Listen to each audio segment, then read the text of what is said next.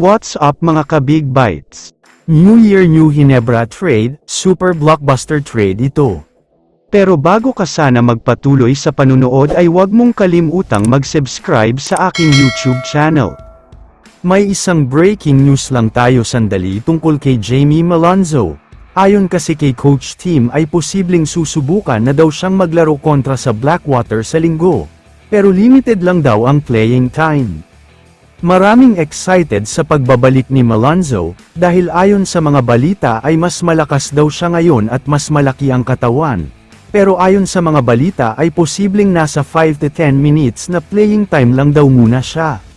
Pero ang maganda dito ay super ready na daw talaga siya sa linggo. Pero hindi pa pwedeng biglain ang katawan ni Jamie sa ngayon. Kaya asahan nating lahat niya na medyo mabagal ang pagtakbo at pagkilos niya. Pero pabirong sinabi ni Malonzo, na kapag nagkaroon siya ng pagkakataon ay isang dunk daw agad ang gagawin niya. Para mapakita at mapatunayan sa lahat na siya pa din ang explosive at high flyer Malonzo na kilala natin. Ngayon naman, pag-usapan natin ang sitwasyon ni Isaac Go. Ipinahayag ni Coach Tim noong December na magbabalik na si Go ngayong January, pero sa kasalukuyan ay wala pang bagong balita tungkol sa kanya. Tila malabo pa ang kanyang pagbabalik dahil hindi na naglabas ng anumang update ang Hinebra management, wala ring nakikitang sign na kasama na siya sa team practice, kaya marami sa fans ang patuloy na nagtataka sa injury niya. Base sa ulat, plano daw ng Barangay Hinebra na gawing trade asset si Isaac Go, dahil naghahanap sila ng players na mas maaasahan, kesa kay Go na biglang naging injury prone at halos wala sa ayos ang laro niya. Nakikipag-usap na daw ang Hinebra sa Terra Firma para ibalik si Go sa kanila, habang si C-Stand ay babalik naman sa Hinebra.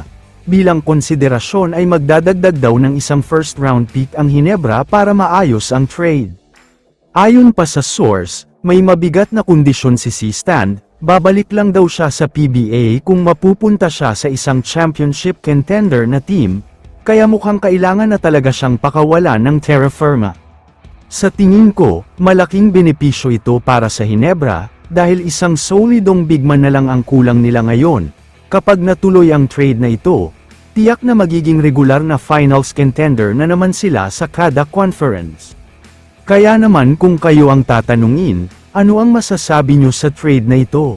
I-comment mo naman ang opinion mo tungkol sa tanong na ito. Dito na muna nagtatapos ang video na ito. Maraming salamat sa panunood mga ka-Big Bites. God bless sa inyong lahat.